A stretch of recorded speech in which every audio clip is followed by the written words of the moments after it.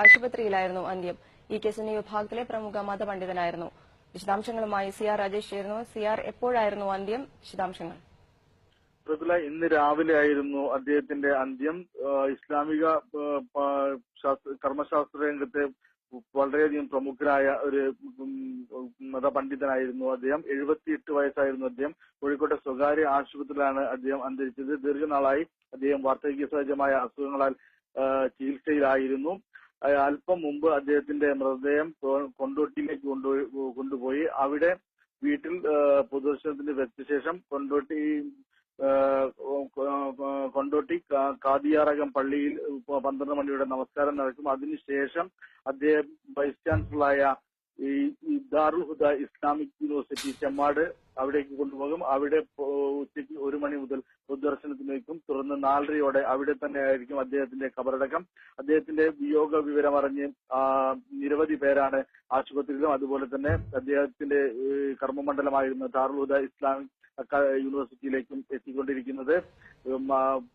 വലിയ ഒരു ഇസ്ലാമിക പണ്ഡിതൻ തന്നെയാണ് അദ്ദേഹം. ഇ കെ വിഭാഗം സുന്നികളുടെ വലിയ നേതാവുമാണ് അദ്ദേഹം.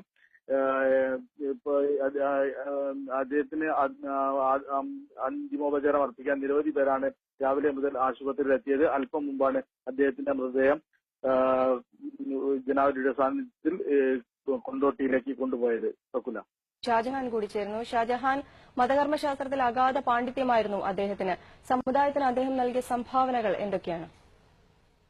ഒരു പതിറ്റാണ്ടിലേറെയായി സമസ്ത കേരള ജമിയത്തുൽ ഉലമ എന്ന സുന്നികളുടെ പരമോന്നത സംഘടനയുടെ ജനറൽ സെക്രട്ടറിയാണ് അദ്ദേഹം. ഒപ്പം തന്നെ അൽഹുദ അറബിക് യൂണിവേഴ്സിറ്റിയുടെ വൈസ് ചാൻസലറാണ്. ഇതാണ് കേരളത്തിൽ അറബിക് ബിരുദം നൽകുന്ന വിദേശ ഈജിപ്ഷ്യൻ സർവകലാശാലയോട് അഫിലിയേറ്റ് ചെയ്തിട്ടുള്ള ഏക യൂണിവേഴ്സിറ്റി. അതിന്റെ വൈസ് ചാൻസലറാണ്. ഒപ്പം തന്നെ കർമ്മശാസ്ത്രം എന്ന് പറയുന്ന സുന്നികളുടെ അത്തരത്തിലുള്ള അവരുടെ ഈ ദൈനംദിന ജീവിതത്തിന്റെ ഒക്കെ കാര്യങ്ങൾ തീരുമാനിക്കുന്ന അത്തരത്തിലുള്ള കാര്യങ്ങളിൽ അഗാധ പാണ്ഡിത്യമുള്ള ആളായിരുന്നു. ഒപ്പം ഇ കെ സുന്നി വിഭാഗത്തിന്റെ ജമിയത്തുൽ ഉലമയുടെ ഫത്വ കമ്മിറ്റിയുടെ അധ്യക്ഷനാണ്. ഈ വളരെ പ്രധാനപ്പെട്ട ഒരു കാര്യം, കഴിഞ്ഞ ഒരു പതിറ്റാണ്ടായി മുസ്ലിം ലീഗിനെ ഇ കെ സുന്നി വിഭാഗത്തിന്റെ നിലപാടുകൾക്കനുസരിച്ച് നിർത്തുന്നതിൽ പ്രധാന പങ്ക് വഹിച്ച ഒരു നേതാവാണ് അദ്ദേഹം. കാരണം പലപ്പോഴും ഈ മുസ്ലിം ലീഗ് മറ്റു മതസംഘടനകളുമായി ഏതെങ്കിലും തരത്തിൽ ഉള്ള ചങ്ങാത്തവും മറ്റും ഉണ്ടാക്കാൻ ശ്രമിക്കുമ്പോൾ അവരുടെ ഈ പ്രധാനപ്പെട്ട ഇ കെ സുന്നി വിഭാഗത്തിന്റെ നിലപാടനുസരിച്ച് മുസ്ലിം ലീഗ് പോകാവൂ എന്നുള്ള നിലപാടെടുക്കുകയും പലതവണ മുസ്ലിം ലീഗ് നേതാക്കളെ തങ്ങളുടെ ആസ്ഥാനത്തേക്ക് വിളിച്ചു വരുത്തി തങ്ങളുടെ ശാസനകൾ കൃത്യമായി നടപ്പാക്കുന്നതിലൊക്കെ വിജയം കണ്ടിട്ടുള്ള വളരെ കർക്കശക്കാരനായ ഒരു നേതാവ് കൂടിയാണ് അദ്ദേഹം.